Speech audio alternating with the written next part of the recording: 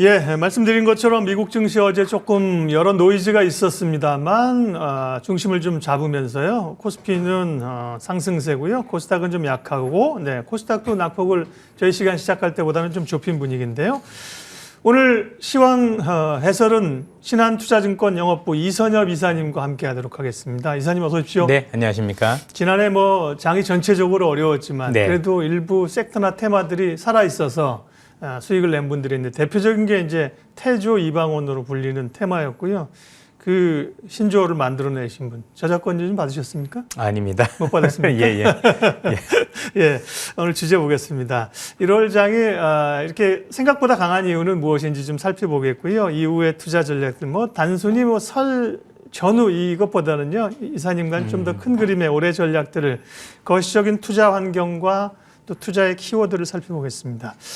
연말에 굉장히 시장이 어려웠거든요. 예, 분위기 맞습니다. 싸늘했는데 1월이 생각보다 이렇게 강하게 왔던 이유는 무엇인지 그리고 좀 한 이틀 정도 좀 조정받는 거는 어떻게 보세요?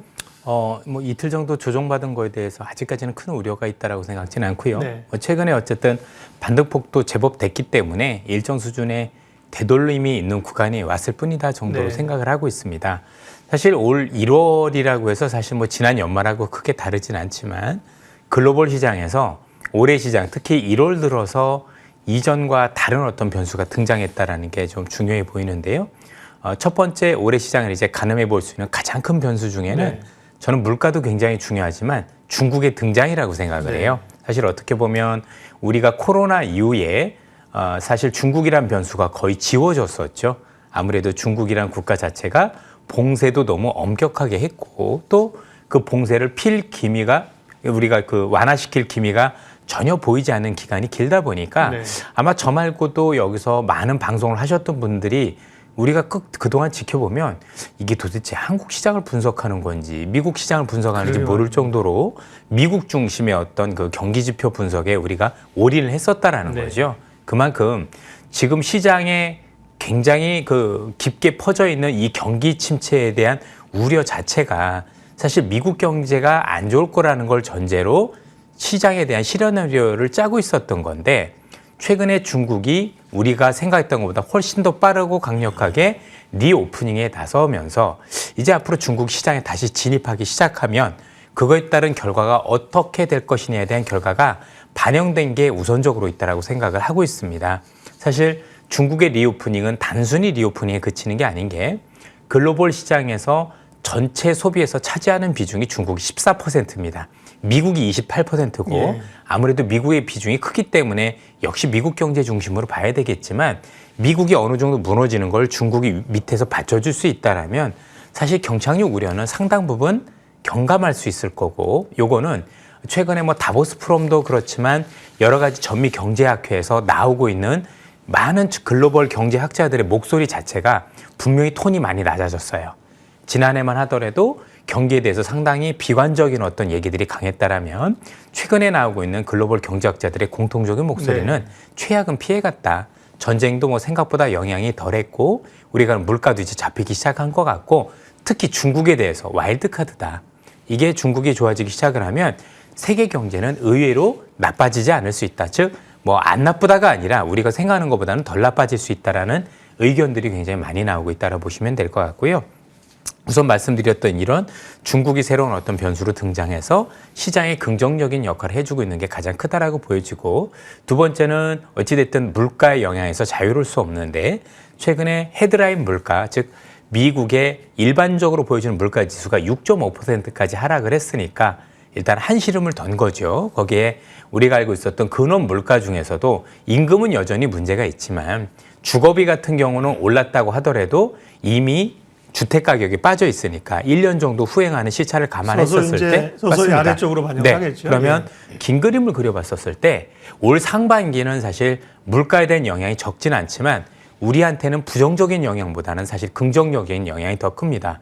고용에 대한 영향을 직접적으로 고민할 건 하반기입니다. 일단 물가가 4%까지 떨어지고 그 뒤에도 정말 임금이 안 빠지고 고착화되는지는 그때 가서 고민해도 늦지 않는 거고 올 상반기는 어쨌든 헤드라인이 떨어지고 그다음에 집값 하락에 따른 주거비 비용이 떨어지면서 이 근원 물가도 떨어지는 걸 우리가 볼 수 있는 게 상반기거든요. 그러면 물가에 대한 우려 되게 낮아지고 그럼 당연히 긴축에 대한 우려도 이전만큼은 아니겠죠. 거기에 중국 병수의 등장 또 새로운 신기술 뭐 요즘 우리가 그런 GPT라든가 네, 새로운 네. 기술 등장 이런 것들이 맞물리다 보니까 전체적으로 시장에 대한 흐름이 뭐 낙관까지는 아니지만 그래도 이거 우리가 생각했던 우려가 너무 지나쳤던 것 아니냐라는 어떤 우려들이 되돌려지면서 기대까지는 아니더라도 지수가 제가 볼 땐 생각보다 강했던 것으로 보고 있습니다.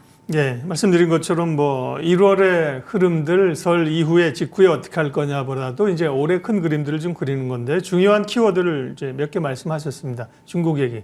작년에 사실 뭐 반복해서 죄송합니다만 태조 이방원율을 보면 사실 에너지나 친환경 이게 큰 흐름이잖아요. 네. 올해는 중국이라는 키워드를 보느냐 아니냐에 따라서 수익률에 차이가 날 수 있다. 차이나를 잘 봐야 된다.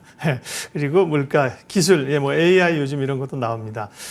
그런데 어쨌든 수급 요인에서 올 초에는 외국인들이 사줬던 게 주가를 끌어올리는 어쨌든 간에 실질적인 팩트가 되지 않았습니까? 네, 그렇다고 보면 외국인들 사실 한 2년 동안 한국 주식을 뭐 엄청나게 비중을 많이 줄이지 않았습니까? 예, 맞습니다. 그리고 이제 추세적으로 조금 사들어온다고 생각하면 기조적으로 좀 더 사들어올 수 있을까요? 가능성은 높다라고 보고 네. 있습니다. 우선 그 지난해 팔았던 외국인 규모가 역사상 거의 최대 규모입니다. 네. 문제는 외국인만 이렇게 팔았던 게 아니라 기관들도 역사상 이렇게 같이 팔았던 경우가 드뭅니다. 통상적으로 보면 외국인들이 많이 팔 때 기관들이 사거나 또는 기관이 팔 때는 또 외국인이 사거나 해서 서로 어떤 상쇄하는 부분들이 있었어요. 네. 특히 이제 기관들 중에서는 우리가 흔히 얘기하는 투신도 있지만 연기금 같은 경우는 어느 정도 지수가 크게 하락을 하면 거기서 방어 역할을 해주는 게 일반적이었었는데 지난해 같은 경우는 흔히 얘기하는 자산 배분 효과가 떨어지다 보니까 채권이 더 망가졌었죠. 그러다 보니까 주식에 대한 비중도 늘릴 수 없는 입장이 되다 보니 기관도 굉장히 부정적으로 작용하면서 지난해 수급은 제가 주식을 시작한 이후로 저도 이제 99년부터 시작을 했으니 적지 않은데 네. 이런 수급은 처음 본 것 같아요. 네. 정말 어려웠다라고 보시면 될 것 같은데요. 이런 상황 속에서 결국 우리 시장에서는 여전히 기관의 힘은 미약하고 외국인들의 힘이 어떻게 되느냐 또 외국인들이 어떻게 시장의 방향을 잡느냐에 달라질 수밖에 없는 경제 환경인데 올해 놓고 보면 전체적인 환경이 외국인이 그래도 들어올 수 있는 환경이 조성되었다고 판단하고 있습니다. 앞서 말씀드린 것처럼 어쨌든 중국 경기가 의외로 선방을 하게 되면 중국 경기와 밀접한 상관관계가 있는 한국과 유럽 증시 중심으로 외국인 자금이 흘러 들어올 수 있다라는 견해가 첫 번째고요. 두 번째는 미국의 긴축의 강도가 누그러진다라면 그리고 중국의 경제가 회복될 수 있다라면 아무래도 달러 강세는 저지될 수밖에 없을 거고 이 측면에서 보면 환율 측면에서 원화가 달러보다는 유리해질 수 있는 측면이 있습니다. 그러면 외국인 입장에선 기본적으로 아시아 시장을 비롯해서 비미국이라고 보통 그러죠. 미국 외 지역에서 환차익을 올릴 수 있을 가능성이 높기 때문에 이에 따른 어떤 수급 측면의 개선도 기대를 할 수가 있을 것 같습니다. 여기에 또 최근에 우호적인 몇 가지 소식들이 있었던 게 저도 이번에 간과를 했지만 은행주들의 선전은 저는 가볍게 보시면 안 된다고 생각을 해요. 이렇게 많이 올랐는데요. 네. 글로벌 시장에서 여전히 글로벌 은행 중에서 제일 싸기도 하지만 이 주주환원 정책이 이렇게까지 올라간다는 건 획기적인 상황입니다. 그래서 제가 볼 때는 은행주가 제가 입사한 이후로도 이거 몇 번째 안 되는 정도의 어떤 변화가 있을 가능성이 높은데 이게 이제 외국인들 환차익과 맞물린다라면 또 의외로 지수의 하방 경제를 강하게 해줄 수 있는 또 외국인들의 어떤 한국 시장 매력을 돋굴 수 있는 어떤 여력이 된다라고 보여지고요.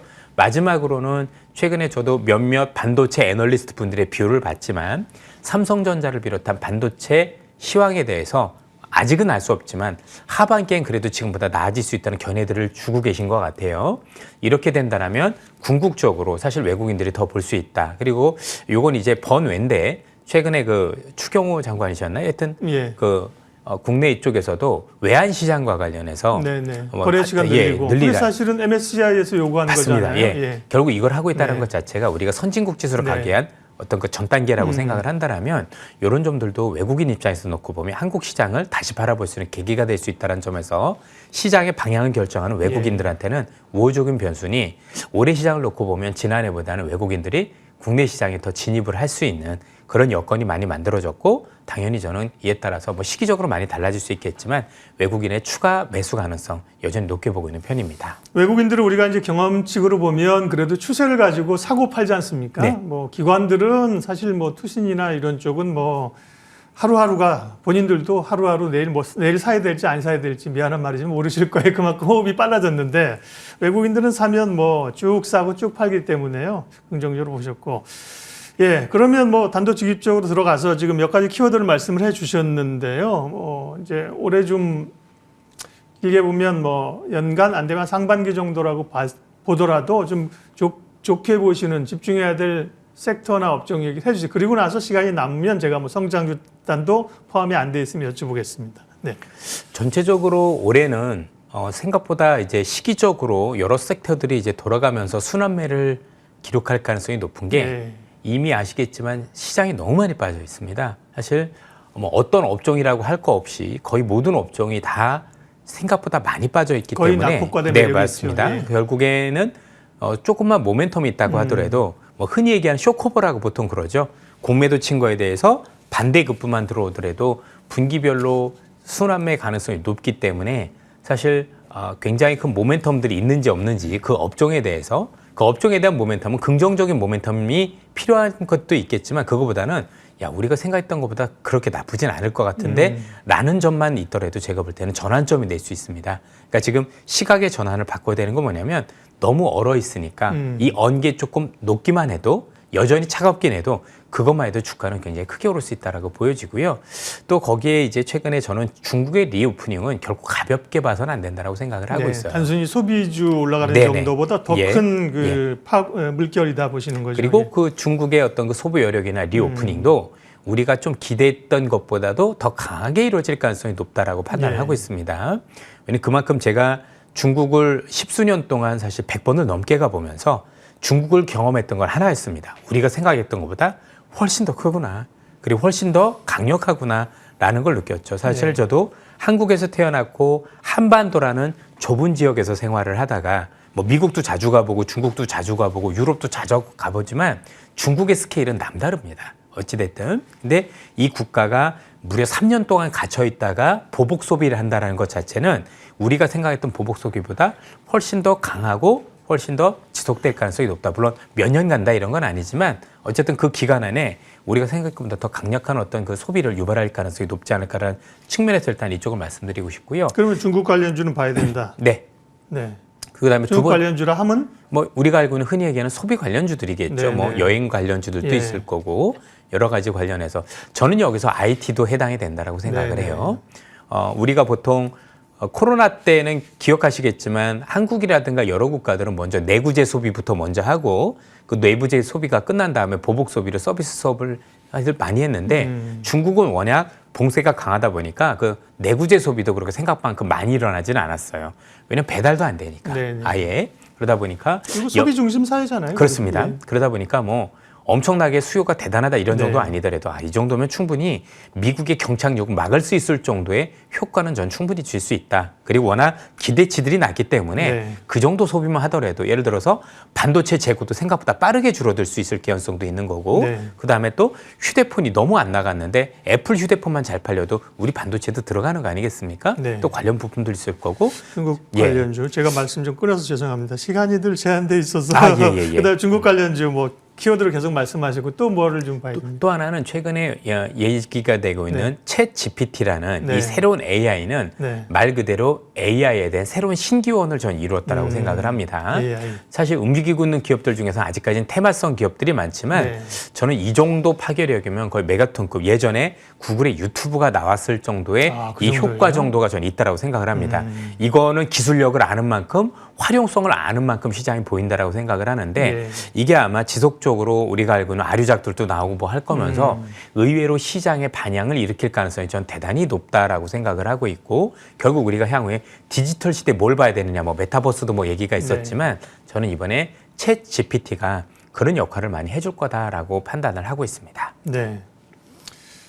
아쉽습니다. 시간이 없어서. 꼭 하실 말씀은 하신 거죠? 예, 그렇습니다. 네네네. 예, 예. 그러니까 제가 이제 뭐 성장주 단도 좀 여쭤보고 그러려고 했는데 결국은 이제 그거는 키 맞추기 차원에서는 많이 떨어진 거에 모멘텀이 들어오면 이제 올라올 수 있는 거고요. 오늘 키워드는 어쨌든 중국하고요. 최근에 뭐 AI 이런 것들은 그냥 지금 또 테마 아니야 이렇게 생각하는데 그런 거를 이제 기가 막히게 그 흐름을 잡아내시는 분이 또 우리 이선엽 이사님이거든요. 그쪽도 눈여겨보겠습니다. 오늘 시황 전략과 해설 신한투자증권 영업부의 이선엽 이사님 함께했습니다. 와주셔서 고맙습니다. 예, 감사합니다.